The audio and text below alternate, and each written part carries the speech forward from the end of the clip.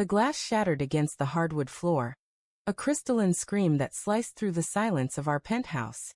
Red wine bled across the oak, pooling around the jagged shards like a crime scene. My wife, Claire, stood frozen, her hands still outstretched, her emerald eyes wide with something I couldn't name. Shock, regret, or maybe defiance. "You're too sensitive, Mark," she'd said just moments before, her voice sharp as a blade. "Learn to take a joke." But this wasn't a joke. The text I'd seen on her phone, glowing in the dark of our bedroom last night, wasn't a punchline. "Meet me at the usual spot. Don't tell him." I stared at the crimson stain spreading across the floor, my heart hammering so hard I thought it might crack my ribs. The air smelled of fermented grapes and betrayal, thick and suffocating. "Who is he, Claire?" My voice was low, trembling, each word a stone I had to force out. She didn't answer. She just looked at me, her lips parting slightly, as if she might speak but thought better of it. The silence was worse than any lie she could have spun. We'd been married 7 years, Claire and I. She was the spark to my steady flame. The one who could walk into a room and make every head turn. Effortless, magnetic, a corporate lawyer with a smile that could disarm a jury or a boardroom. I was the opposite. Mark Ellison, CEO of Ellison & Crane, a law firm I'd built from nothing, methodical and deliberate, the man who preferred contracts to charisma. She used to tease me about it, her laughter bright and teasing. "You're too serious, Mark. Loosen up." I'd smile, because her laughter was my anchor, the thing that kept me grounded in a world of billable hours and high-stakes deals. But lately, her laughter had been scarce, replaced by late nights at the office, cryptic phone calls, and a distance I couldn't bridge. Last night, I'd woken to the soft glow of her phone on the nightstand. She was asleep, her breathing steady, but the screen was alive, a notification pulsing like a heartbeat. I didn't mean to look, God, I swear I didn't. But the words were there, stark and undeniable. "Meet me at the usual spot. Don't tell him." The sender's name was blocked, just a string of numbers, but the message burned into my brain. I lay there until dawn, my mind spiraling, rationalizing. Maybe it was a client, a work thing, a misunderstanding. But my gut knew better. My gut screamed betrayal. Now, standing in the wreckage of our dining room, I watched Claire's face for a flicker of guilt. She crossed her arms, her silk blouse catching the light from the chandelier, and tilted her chin up. "You're blowing this out of proportion," she said, her voice steady but laced with something brittle. "It's nothing, Mark. A colleague. A work thing." "Then show me," I said, stepping closer, my shoes crunching on glass. "Show me the texts. Right now." My voice cracked, betraying the calm I was trying to hold on to. I hated how desperate I sounded, how small. She hesitated, just a fraction of a second, but it was enough. My stomach twisted. "I don't have to prove anything to you," she snapped, turning away, her heels clicking toward the kitchen. "This is ridiculous. You're paranoid." Paranoid. The word stung, a slap I felt in my bones. Maybe I was. Maybe I'd misread the late nights, the way she'd started locking her phone, the way her perfume lingered on her coat like it hadn't been washed in weeks. But then I remembered the way she'd smiled at her phone last week, a secret curve of her lips when she thought I wasn't looking, the way she'd started mentioning Evan, a new partner at her firm, too often, too casually. "Evan said this. Evan thinks that." I'd brushed it off, told myself I was being insecure. Claire loved me. She'd chosen me. Hadn't she? The next morning, I called in sick, something I hadn't done in a decade. The firm could survive a day without me. I needed answers. Claire had left early, her goodbye kiss perfunctory, her eyes avoiding mine.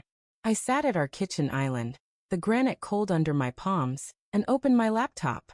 My fingers hovered over the keyboard, guilt prickling at the back of my neck. This wasn't me, snooping, doubting, unraveling. But I had to know. I logged into our shared cloud account, the one we used for bills and photos, hoping she hadn't changed the password. She hadn't. My heart sank as I scrolled through her backed-up messages, the ones she hadn't thought to delete. There they were, a thread with E, no name, just an initial. "Miss you already. Can't wait for Thursday. You make me feel alive." Each word was a shard of glass in my chest, cutting deeper than the last. I read until my vision blurred, until my coffee went cold, until I couldn't deny it anymore. Claire was cheating. With Evan. The man she'd laughed with at the firm's gala last month, his hand lingering too long on her arm. I'd noticed it then, a flicker of unease, but she'd waved it off. "You're too sensitive," she'd said, her voice light teasing. "It's just networking." I'd believed her because I wanted to, because the alternative was too unbearable. I closed the laptop and stared at the city skyline through our floor-to-ceiling windows. Chicago stretched out below, a maze of steel and glass, cold and indifferent. My reflection stared back, a man I barely recognized, hollow-eyed, unshaven, a stranger in his own life. I wanted to confront her, to scream, to demand why. But I also wanted to pretend I hadn't seen the texts, to go back to the lie where we were happy, the lie where she was mine. That evening, I waited for her. The penthouse was too quiet, the ticking of the clock a metronome to my dread. When she walked in, her briefcase swinging, her hair slightly mussed, I didn't move from the couch.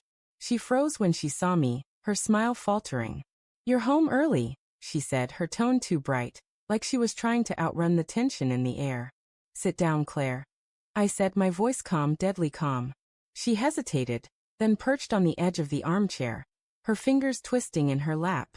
I didn't want to do this, didn't want to tear open the wound, but I had to. "I saw the texts," I said, each word deliberate, like laying out evidence in a trial.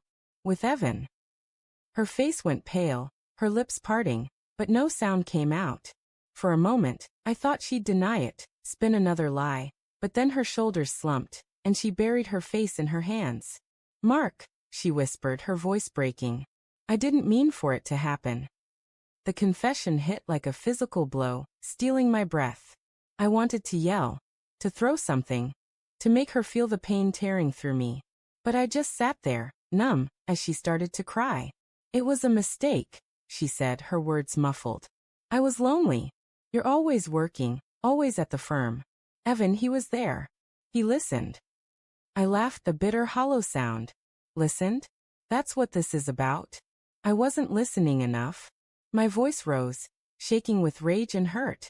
"I gave you everything, Claire. Everything." "I know," she sobbed, looking up at me, her eyes red and pleading. "I'm so sorry, Mark. I love you. I didn't want to hurt you." Love.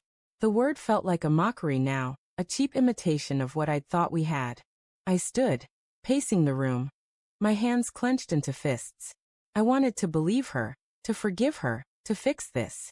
But the texts, the secrets, the way she'd looked at me last night, they were all I could see. "How long?" I asked, stopping in front of her. "How long have you been lying to me?" She flinched, as if the question were a physical blow. 3 months, she whispered. "Maybe 4. 4 months. A quarter of a year stolen from me."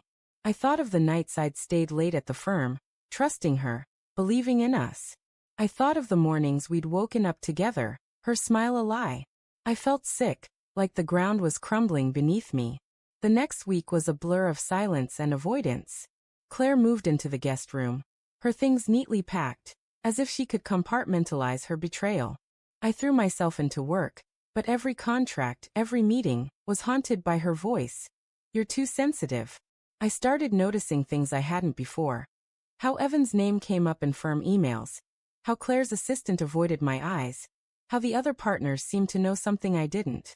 Then on Friday, I found the note, tucked inside a book on her nightstand, a place I'd never have looked if I hadn't been searching for a pen. Her handwriting, hurried and jagged. "Evan, I can't keep doing this. Mark deserves better.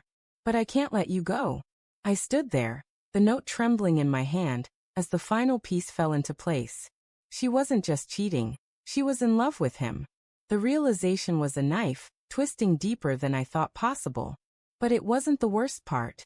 The worst part was the date on the note, yesterday. After her tears, her apologies, her promises to fix things, she was still lying. That night, I waited for her again. When she walked in, I held up the note, my voice steady despite the storm inside me. "You're still seeing him," I said. It wasn't a question.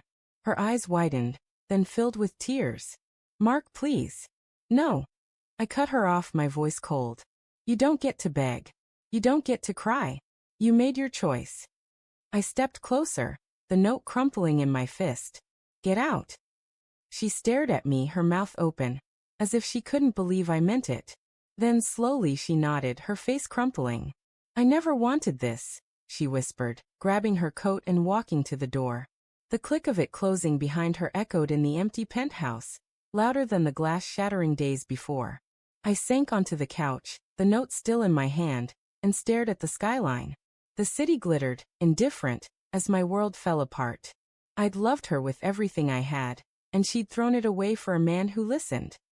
But the twist, the real gut punch, came later, when I checked my email.